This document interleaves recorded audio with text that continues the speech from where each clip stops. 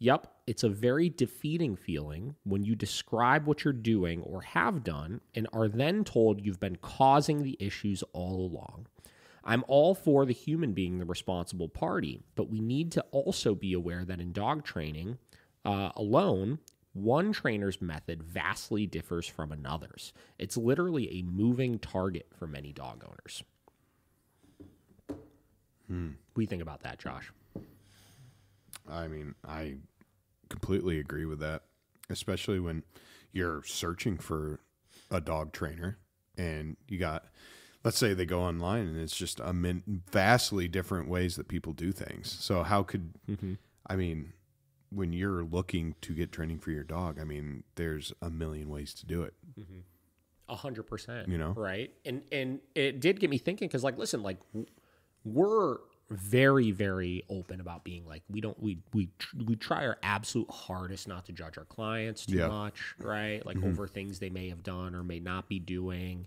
And, you know, a lot of people will comment things on posts we make where we're talking about situations we've worked with, and they'll be like, oh, well, this is fucking common sense. And it's like, well, yeah, to us who know what we're talking about, some of these things are like common sense. Yeah. But it's so important to realize that to everybody else, it's just not, right? If you don't do this every day. Like even the easiest things that you do in the dog training world, right, that look so simple, can be very challenging for some people to grasp initially, right?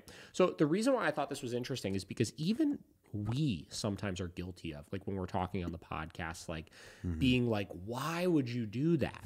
Like, why would you do that? Like we were talking about me getting the dog in the car and like it being like common sense to just get the dog in the car and not let them control things and like stuff like that. But it's like, it's not as easy as that when you have so much conflicting information out there. Yeah.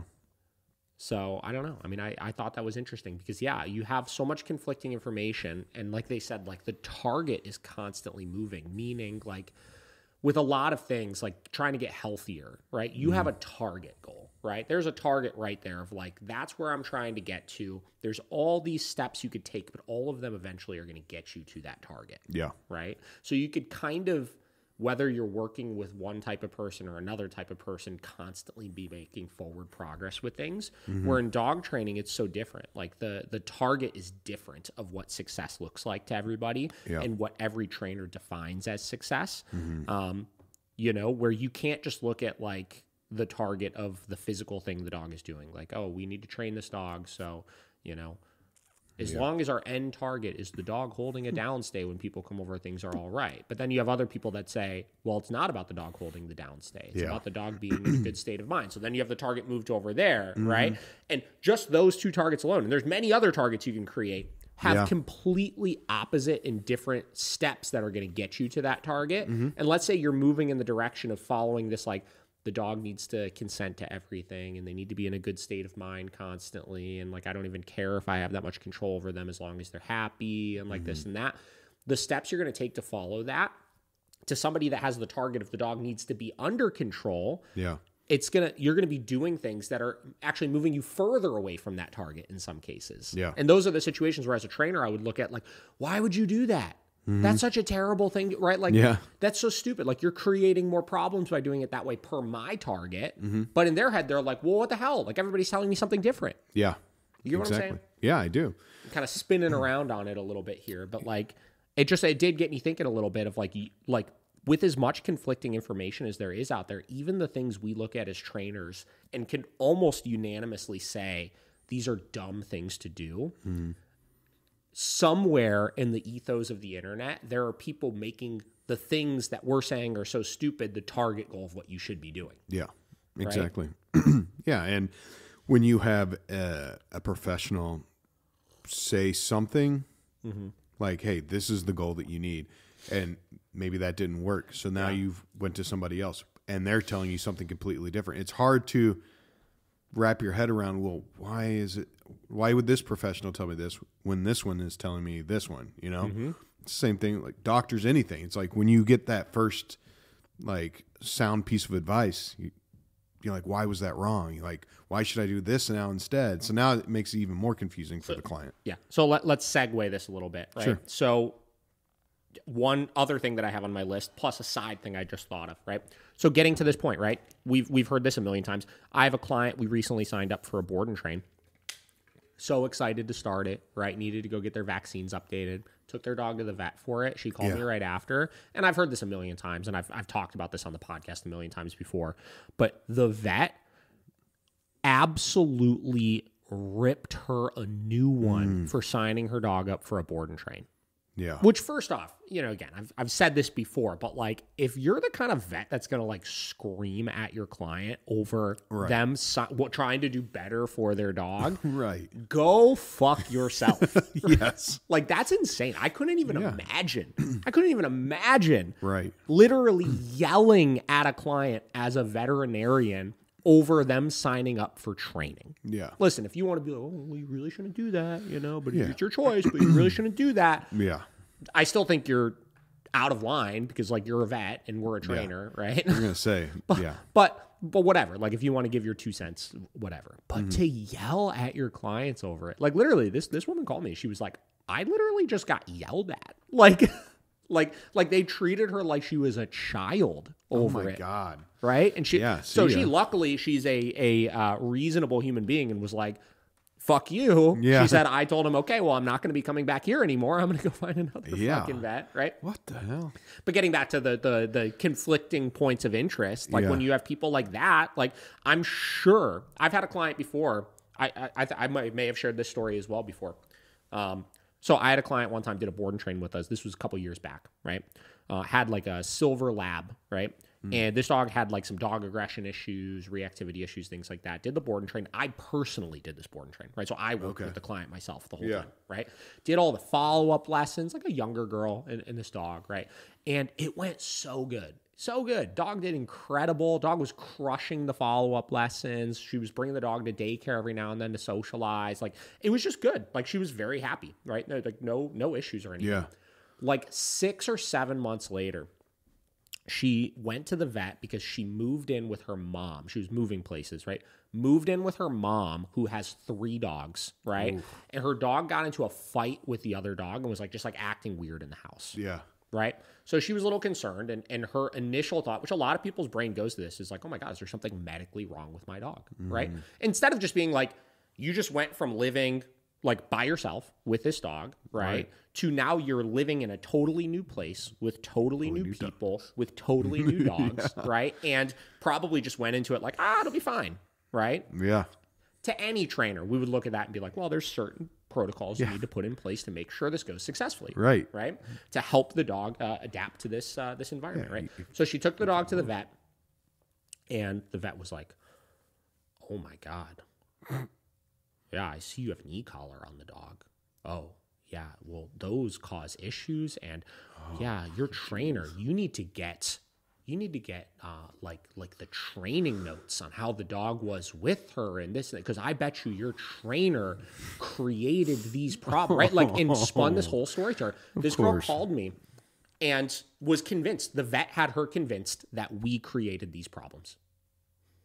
Literally, she called me and she was like, yeah, I just got back from the vet. Like, he attacked my mom's dog, and the vet said that the training causes this. So I'm calling to get the training notes because the vet needs the training notes. And I was like, the vet needs the again, like, go fuck yourself. Yeah, go fuck right? Yourself.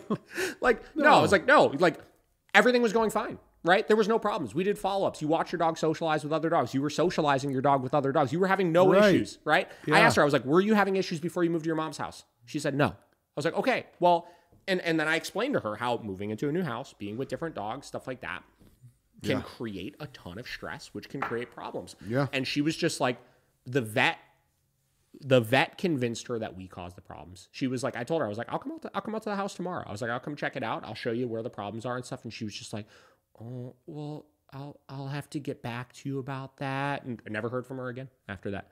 The vet convinced her that we created the problems. Oh my God. It's crazy.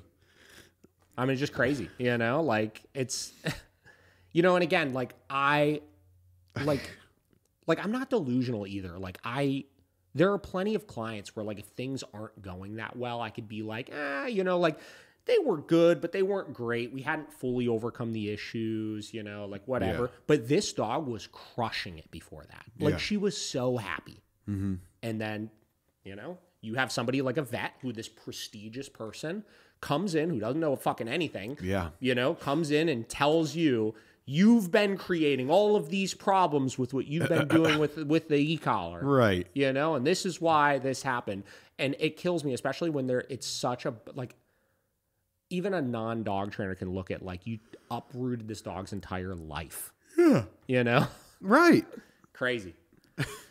So that's my segue into that, which is why I can empathize with this. And, like, I don't blame her for it, right? No, like, she was stuck in this sticky position where it's like, do I trust the dog trainer or do I trust the vet, right? And, like, clearly she had been, I mean, this is a vet that she's used her whole life, right? She probably had a good relationship with them. Yeah. And the vet was able to get in her ear about it, you know, which is a bummer, because then you figure this dog excelled so much with the training. Yeah.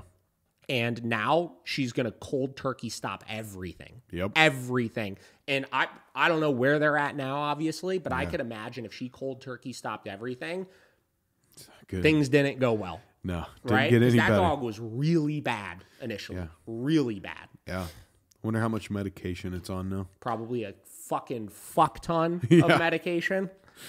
She got the big bottle of trazodone right now. It's sad because, like, that's probably the only time I can think of a situation where, like, a vet has successfully talked a client, like, out of training, right? Especially post training after you've seen so much success. Right. But let's segue even more here. Let's segue even more. Give it to me. This is a message I got from somebody yesterday. Okay. And mind you, I got from a client yesterday. Yeah. Same deal. Did a board and train with us in August, right? Is this one you sent me? Yeah, I sent it. Yeah. Okay. Yeah. And dog's doing great. Dog was just at daycare the other day. Yeah. Right. Now this is a little bit more positive of one than the last one. Yeah. Right? But it's the same. It's the same situation, right? Yeah. So yesterday I received this at 8:39 in the morning. Hi there. I have a dog sitter that comes to the house sometimes to let Cassette out when I have a last-minute long work day and I don't have daycare set up at your place. I have the e-collar pretty much at all times except bed, and she, the walker, has been giving me pushback, saying that it might have her on hyper alert and it might make her anxious and she is uncomfortable with it. What are your thoughts on that? So this is where now the dog walker. The dog walker. I cannot, man. So here's what I get, and I read it, and again, these things do piss me off a little bit, right? Not a lot really bothers me, it gets under my skin, but what does bother me is when I have clients that are being so successful, right? And there's people getting in their fucking ear about bullshit. So here's what I said back, right? I said, my thoughts are on that. Were if that were the case, she would be hyper anxious at all times when she comes here, when you're hanging out at home, etc. You know your dog better than anyone. Is she more anxious and hyper alert or less anxious and hyper alert since you started training? Don't change what you're doing if it's what's working for you. If you haven't been having issues, the opinion of someone who sees your dog for a very, very tiny fraction of her life shouldn't impact how you're training her. That said, if you've been having issues with her at home, that has nothing to do with how much she's wearing the e-collar. It has everything to do with how you're implementing your training. If that's the case, I'm happy to hop on the phone and help you troubleshoot those issues and or get you in for a quick follow-up session to go over it, right? So basically, what I'm saying is, well, this person's spouting bullshit. Is she spouting bullshit because there's a problem? Or is she spouting bullshit because she wants to spout bullshit? Yeah, that's her opinion. Right? So then she says, no, she has been great since she completed her board and stay training. I keep the e-collar on so she doesn't regress and go back to old ways. I think some people feel e-collars are unnecessary at all times, and I just need to have a convo that it is staying on as a part of her continued training journey. Perfect. Excellent answer. Yeah. But here's the thing that fucking kills me. This woman sent me this message clearly because, not because she, like, if she thought this person said this and was like, oh, this is bullshit, you know, what the fuck off, you know, like, why are you telling me this? She wouldn't have messaged me that. But this person got her thinking for a minute. She's like, oh, I mean, listen, any rational human is going to be like, oh, I don't want to make my dog Yeah. more anxious, Yeah. or more hyper alert, right? sure. And even if it's coming out of nowhere, like Yeah. she said, she's been great. There's no problems. Yeah. There's no problems. Yeah. Yeah. But because this person brought up, you're going to make everything worse, Yeah. you get thinking, right? As an owner, right? And like, this gets back to the original thing, which is like, I could be like, hold on.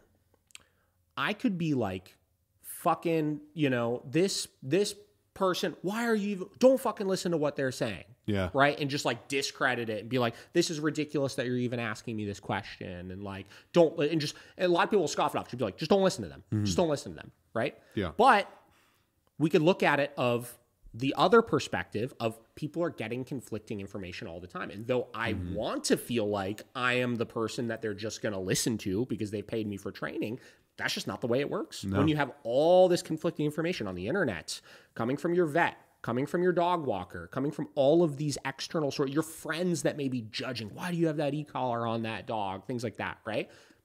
People's opinions can be swayed very, very easily if they are told something that's compelling enough, if they hit a pain point, because nobody wants to feel like they're making things worse or they're hurting their dog or anything like that. Yeah. Right? Yeah. And like, again, in this case, it was fine. She understood what I made sense. And that was just it. Like, were you having problems or were you not having problems? Same deal with what I tried to do with the other woman. Were you having problems before you moved to your mom's house or were you not having problems before you moved to your mom's house? Right. Right? Nothing. To which she said, no, there were no problems before I moved to her mom's house. But the vet said, well, there were probably problems that you weren't aware were there, and that's why you're seeing it happen right now. Yeah. Right? You get told a compelling enough story, Yeah, because, I mean, someone tells you something like that, and then you start questioning, like, am I doing what's right for my dog? Am I doing this correctly? And, and it's good that for this situation, you were able to kind of, hey, let's put our feet back on the ground. It's all good. Everything's fine, and you just kind of had to show her, like, hey, things have gotten way better for you and your dog since we started the training. Don't listen to someone that says, oh, maybe you're doing something worse, because obviously nothing but better results have happened since you started your training.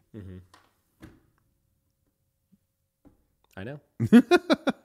That's tough, ridiculous. man. It's fucking tough, right? Yeah.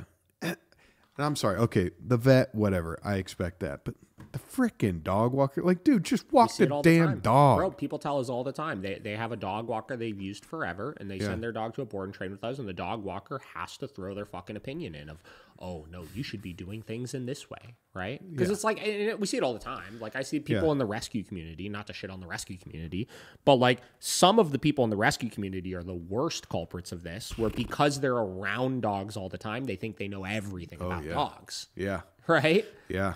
Little Caesar Milans. Yeah, so you get the same thing. You get the rescue people who, and again, in fairness, they just want what's best for the dog. I get it, but like they're speaking out of line of things they don't know anything about. Yeah, it's like all these people we see on the internet that have an opinion on things, and they've only trained their dog, right? Yeah, but they have so many strong opinions on how it should be done, but they've only trained their dog. It's like if you knew all of what you're saying that you know, you would be a professional dog trainer. Yeah. You would have better reviews than us. You know what I mean? Like, it's just like,